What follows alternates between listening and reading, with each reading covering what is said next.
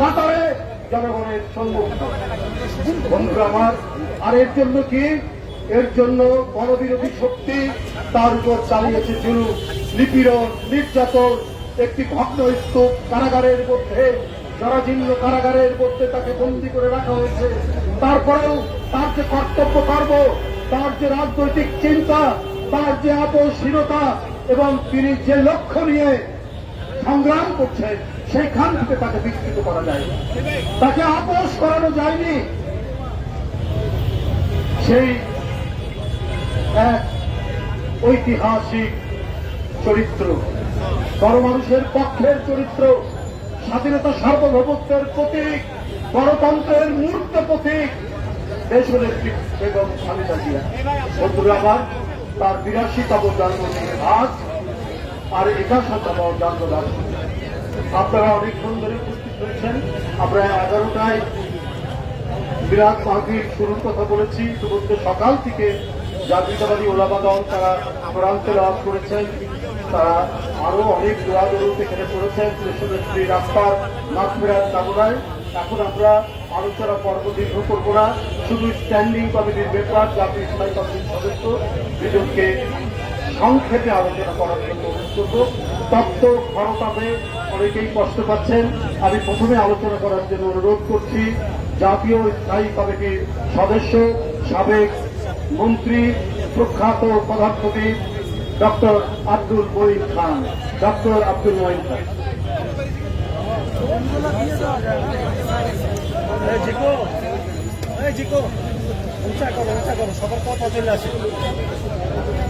বিসমিল্লাহির রহমানির রহিম। আজকে আমরা এখানে এসেছি দেশনেত্রী বেগম খালেদা জিয়ার ৮৩তম জন্মবার্ষিকী পালনের জন্য। আমরা দেশনেত্রী বেগম খালেদা জিয়ার জন্মবার্ষিকী কিন্তু প্রতি বছর আগে অতীতে পালন করেছি। আজকের সঙ্গে ব্যতিক্রম এই যে অতীতে কিন্তু সেই অনুষ্ঠানে তিনি উপস্থিত থাকতেন, আজকে তিনি আমাদের সঙ্গে নেই। এটাই হচ্ছে প্রকৃতির নিয়ম। কিন্তু যে বিষয়টি আজকে লক্ষণীয় সেটি হচ্ছে এই যে আজকে আমরা যারা এখানে উপস্থিত হয়েছি, আমরা জানি দেশনেত্রী বেগম খালেদা জিয়া তার আপোষহীন রাজনীতি, জীবনে কোনো দিন জীবন বাজি রেখেছেন, কিন্তু নীতির প্রশ্নে কোনোদিন আপোষ করেন না।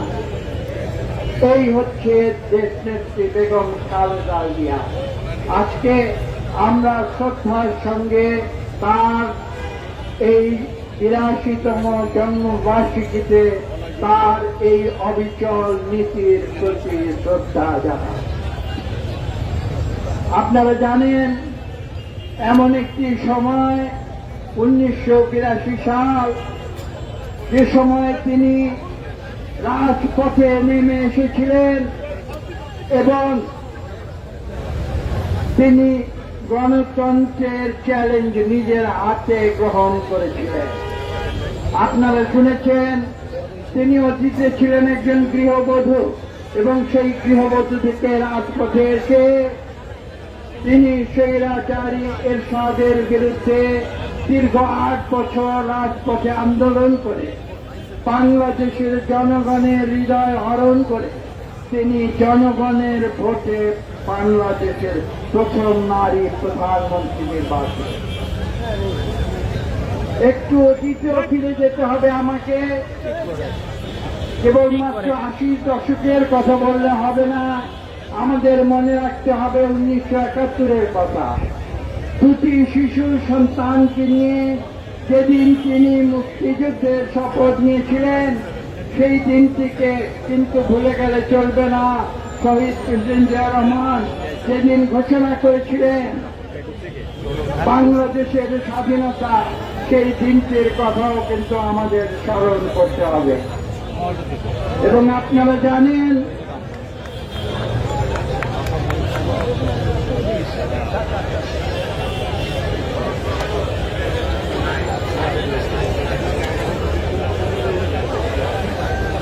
মাছ চলে আসে।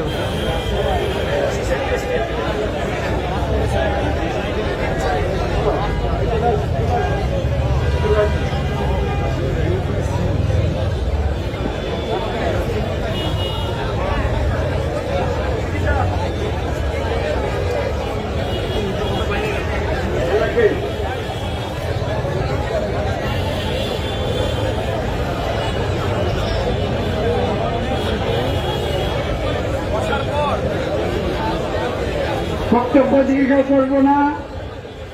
আপনারা দেখেছেন আমাদের সঙ্গে যোগ দিয়েছেন বিএনপির মহাসচিব এবং বাংলাদেশের ভবিষ্যৎ মহামান্য রাষ্ট্রপতি। তিনি বক্তব্য রাখবেন। আমি বক্তব্য শেষ করে দিচ্ছি। যে কথাটি বলছিলাম যে সেই 71-এ স্বাধীনতা যুদ্ধের সময়ে দুটি শিশু সন্তানকে সঙ্গে নিয়ে তিনি শহীদ প্রেসিডেন্ট জিয়া রহমানকে মুক্তিযুদ্ধের পথে তিনি পাঠিয়ে দিয়ে তিনি বাংলাদেশের স্বাধীনতার সংগ্রামে অনন্য উদাহরণ সৃষ্টি করেছিলেন। পরবর্তীতে 80 দশকের কথা বলেছি এবং সর্বশেষ আপনারা জানেন 2008 থেকে শুরু করে তার জীবনের শেষ দিন পর্যন্ত তিনি কোনদিন গণতন্ত্রের সঙ্গে আপোষ করেননি। তিনি জেলে গিয়েছেন, তিনি যুদ্ধ করেছেন অন্যায়ের বিরুদ্ধে, অনিয়মের বিরুদ্ধে, স্বৈরাচারের বিরুদ্ধে, ফ্যাসিজমের বিরুদ্ধে, কিন্তু কোনদিন তিনি কারো কাছে মাথা নত করেননি। তাহলে আজকে এই জন্মদিনে 82তম আমরা তার প্রতি শ্রদ্ধা জানাই। বক্তব্য দীর্ঘ করব না। আপনাদের সকলকে ধন্যবাদ।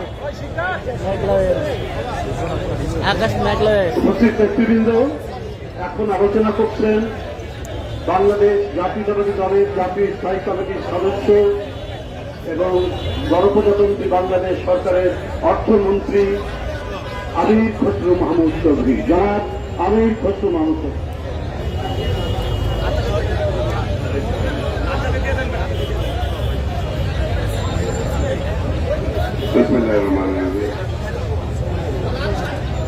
আজকে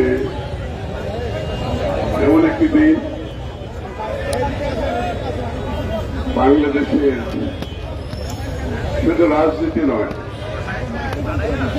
বাংলাদেশের সাধারণ মানুষের ভাগ্যের সাথে জড়িত।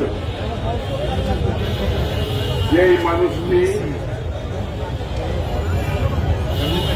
বাংলাদেশের মানুষের আশা আকাঙ্ক্ষা, বাংলাদেশের স্বাধীনতা সার্বভৌমত্ব, বাংলাদেশের পুরুষ মহিলা শিশু সর্বস্তরের মানুষের জীবনযাত্রার মান উন্নয়নে, মানুষের অধিকারে, বিশেষ করে বাংলাদেশের মানুষের সাংবিধানিক রাজনৈতিক গণতান্ত্রিক অধিকার, যিনি মাইল ফলক সৃষ্টি করেছেন আমাদের সকলের প্রিয় দেশনেত্রী বেগম খালেদা। রাজনীতিতে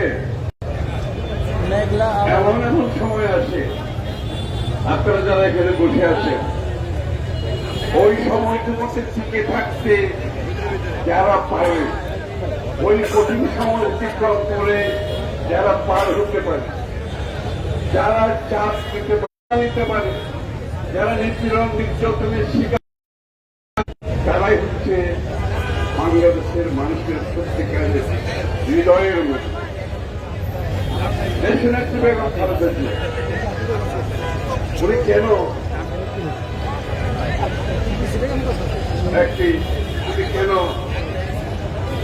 আপসহীন নেতৃত্ব? এই আপসহীন নেতৃত্বের কারণে কিন্তু বাংলাদেশ আছে। ওনার যদি ওই মুহূর্তগুলোতে যে ধরনের চাপ সৃষ্টি হয়েছে, ওই চাপে কিন্তু অনেকে ভেঙে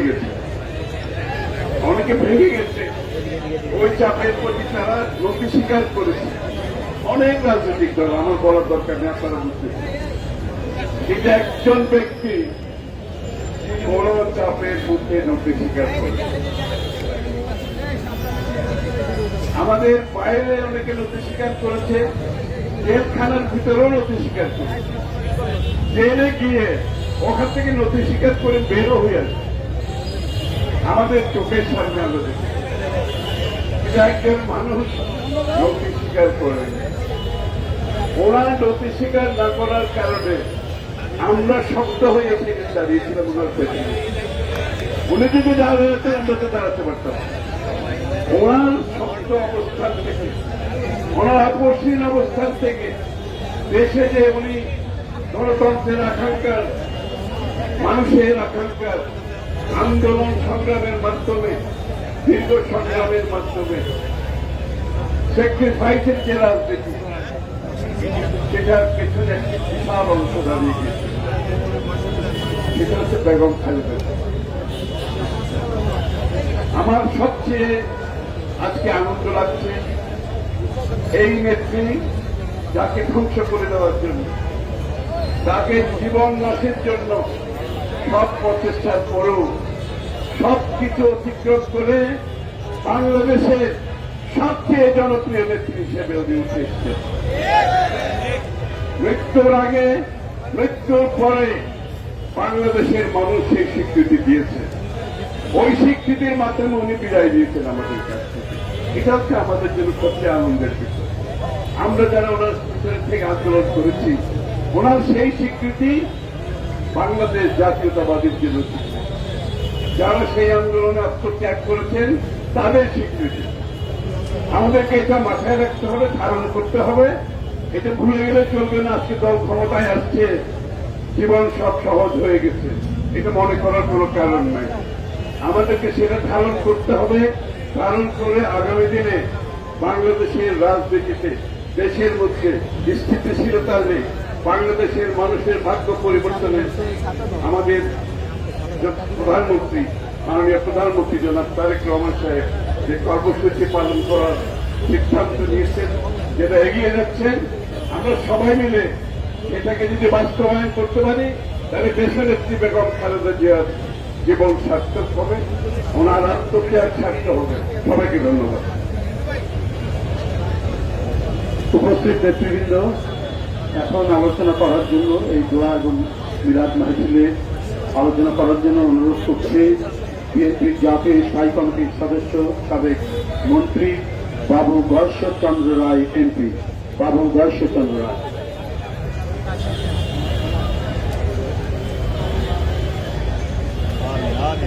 বাংলাদেশ জাতীয়তাবাদী দলের একজন চেয়ারম্যান দেশনেত্রী বেগম খালেদা জিয়ার ৮২তম জন্মদিন উপলক্ষে আয়োজিত আজকের জমা মাহফিলে উপস্থিত আমাদের এখনো করতে হবে আমাদের সম্মানিত মহাসচিব জনাব মির্জা ফখরুল ইসলাম আলমগীর, এবং কয়েকদিন পরে আমরা হয়তো অন্যভাবে ওনাকে সম্বোধন করব। উপস্থিত অন্যান্য নেতৃবৃন্দ,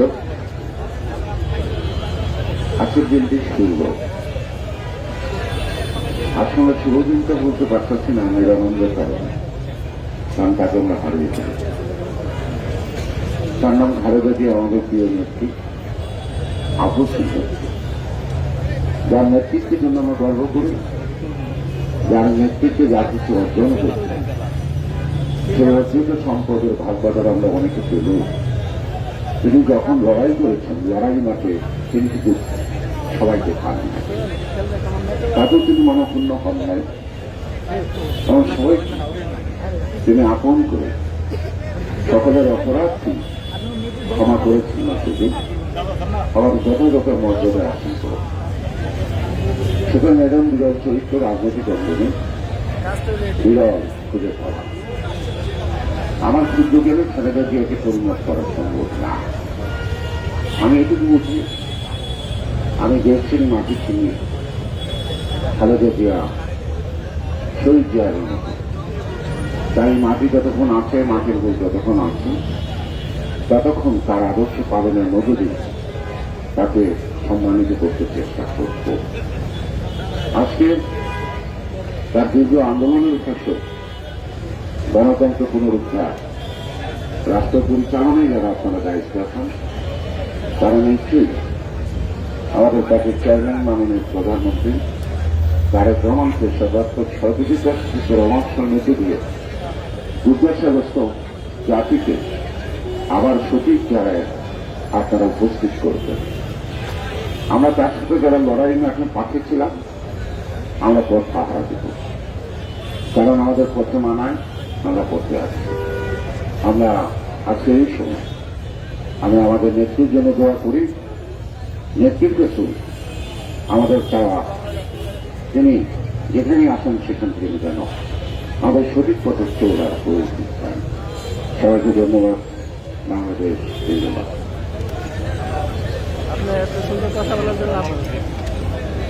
উপস্থিত নেতৃবৃন্দ, এখন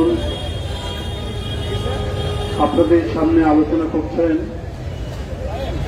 বাংলাদেশ জাতীয়তাবাদী দল বিএনপির মহাসচিব। আগামী 20শে আগস্ট রাষ্ট্রপতি নির্বাচনে বিএনপির রাষ্ট্রপতি পদপ্রার্থী এবং আগামী দিনের রাষ্ট্রপতি মির্জা ফখরুল ইসলাম আলমগীর।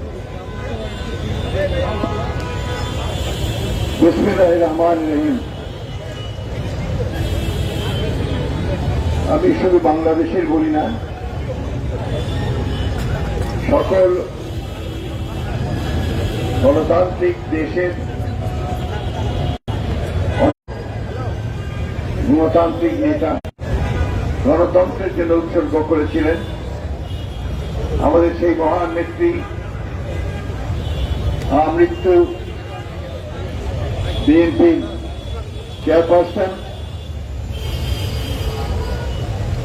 দেশনেত্রী বেগম খালেদা জিয়ার জন্মদিনে আজকে উপস্থিত আমাদের জাতীয় স্থায়ী কমিটির সম্মানিত নেতৃবৃন্দ, সিনিয়র নেতৃবৃন্দ, প্রিয় ভাই ও বোনেরা, আসসালামু আলাইকুম।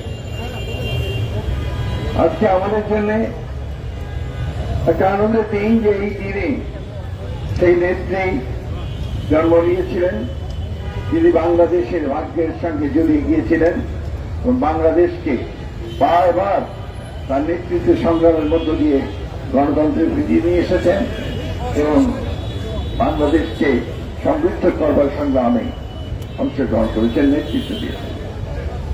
আমি বক্তব্য একটু বাড়াবো না, আমি শুধু এইটুকু বলতে চাই যে আজকে বিএনপি যা একটা গণতান্ত্রিক দেশ, গণতান্ত্রিক দল, এবং যে দীর্ঘ সংগ্রাম লড়াই করে দীর্ঘদিন সংগ্রাম, কিন্তু তার কাজ, তার প্রেরণা আমাদেরকে সব সময় অনুপ্রেরণা দেয়। আমরা আজকের এই দিনে আমরা সবাই এই শপথ নেব যে বিএনপিকে আমরা সত্যিকার অর্থেই একটা এমন একটা গণতান্ত্রিক দলে পরিণত করতে চাই যে সত্যিকার অর্থেই বাংলাদেশকে নেতৃত্ব দিতে সক্ষম হবে। আজকে যখন বিএনপি সরকার গঠন করেছে, প্রতিটি মানুষের আশা এই সরকার দেশের বেগম খালেদা জিয়ার যে নীতি ছিল, তিনি যে ভিশন 2030 দিয়েছিলেন, পরবর্তীকালে তারই দলের যে আপনার কর্মসূচি দিয়েছিল 31 দফার, তাকে বাস্তবায়িত করার জন্য সামনের দিনগুলোতে কাজ করে যাবে, দলকে শক্তিশালী করবে এবং বাংলাদেশের স্বাধীনতার সার্বভৌমত্বকে অক্ষুণ্ণ রাখবে। এই কথা বলে তার আমরা আত্মার মাগফিরাত কামনা করছি এবং আল্লাহ তাআলার কাছে এই দোয়া চাইছি যে আল্লাহ তাআলা ঠিক যেভাবে আমাদের স্বাধীনতার ঘোষক শহীদ প্রেসিডেন্ট জিয়া রহমানকে আমরা দোয়া করি যেতে যেন বেশ ছিলাম, ঠিক একইভাবে দেশনেত্রী বেগম খালেদা জিয়া বেশ সর্বশ্রেষ্ঠ স্থানে তাকে স্থান দেন। এই কথা বলে আমি শেষ করছি। আসসালামু আলাইকুম, খোদা হাফেজ। বাংলাদেশ জিন্দাবাদ, বাংলাদেশ জাতীয়তাবাদী দল জিন্দাবাদ, শহীদ অমর হোক, দেশনেত্রী অমর হোক। উপস্থিত নেতৃবৃন্দ, এখন দেশনেত্রী মরহুমা বেগম খালেদা জিয়া এই মহান নেত্রীর আত্মার মাগফিরাত কামনা করে দোয়া পরিচালনা করবে জাতীয়তাবাদী ওলামা দলের সদস্য সচিব মাওলানা يصلون على النبي يا أيها الذين آمنوا صلوا عليه وسلموا تسليما. الله صل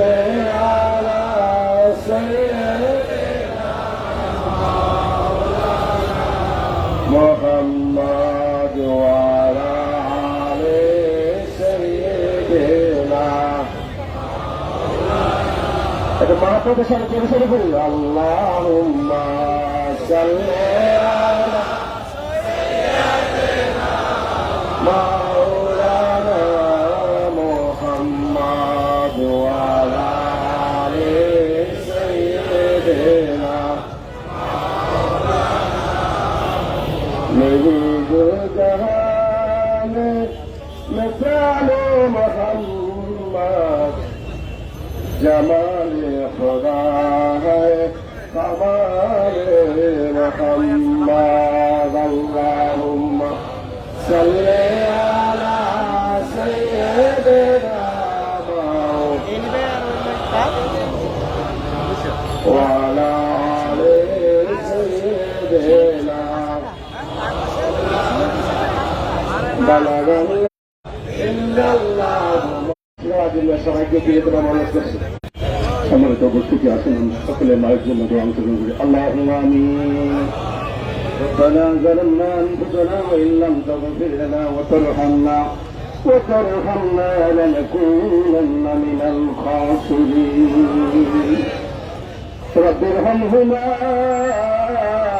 كما ربياني صغيرا রব্বুল আলামিন মহিয়ান গুরিয়ান সর্বশক্তিমান দয়ালু দাতা আল্লাহ আল্লাহ শত শত মানুষকে নিয়ে দাড়ি পাকা মুরব্বীদেরকে নিয়ে রব্বে করিম মহান স্বাধীনতার ঘোষকের সহধর্মী আল্লাহ গণতন্ত্রের মাতা বাংলাদেশের বারবার নির্বাচিত প্রধানমন্ত্রী বাজলুম জননেত্রী বেগম খালেদা জিয়ার ৮২তম জন্মবার্ষিকী উপলক্ষে বিএনপি কর্তৃক আয়োজিত আজকের আলোচনা সভা কোরআন খতম মিলাদ দোয়া মাহফিলকে আল্লাহ তুমি কবুল মঞ্জুর করে নাও এর সওয়াব কোটি কোটি গুণ বাড়িয়ে হে আল্লাহ মদিনার সবুজ গম্বুজের নিচে নবী পাকের রওজা মুবারকে পৌঁছায়া দাও রব্বুল আলামিন আজকের এই মিলাদের হাদিনাকে উসিলা করে আমাদের মার তাম জীবনের সমস্ত গুনাহগুলো তুমি মাফ করে দাও